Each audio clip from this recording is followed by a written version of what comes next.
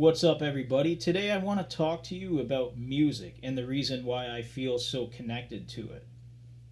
Yeah, there's a level of creativity and drive behind learning instruments, approaching vocals, and writing songs, but I really want to share something real with you guys. Now, to a narcissistic sadist and a control freak, this would be like pleasure to them because they love it, but to like a normal person who resonates as somebody who can feel and process their emotions and understands what it's like to heal from trauma, you guys might relate to this. I'm going to explain.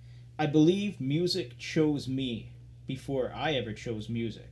And my first experience ever listening to music was when I was a very young boy. I must have been no older than 5 years old at the time. And I knew that my parents were always fighting, always arguing, screaming at each other. I had a sibling who didn't even treat me right, and I can't really remember too many good memories with my folks.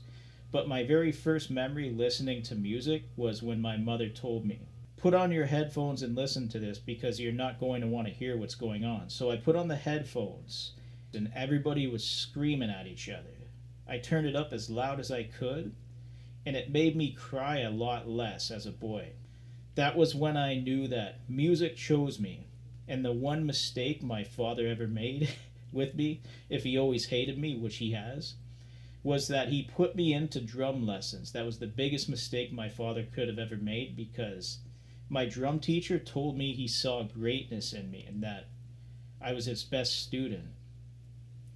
From there, it never really stopped, but music chose me. I didn't choose music. I just want to end it by saying I knew after I got into drum lessons that I was going to pursue music for the rest of my life, and I've never really stopped ever since. And right before I graduated grade school, I drew this one picture because we were supposed to draw pictures of the things we wanted to become when we grew up. And I drew a picture of myself playing the drums, and I said, I'm going to grow up to be a musician. And my teacher mocked me for it. My teacher didn't like that. He laughed at me. He told me I'd be nothing. And this was the same kind of teacher who always told me like I wasn't smart in class. And he compared me as less than human to his other students. But I realized later on in life that a teacher who steers us in the wrong direction really has no control over us any more than a toxic dysfunctional family who doesn't want anything good for us.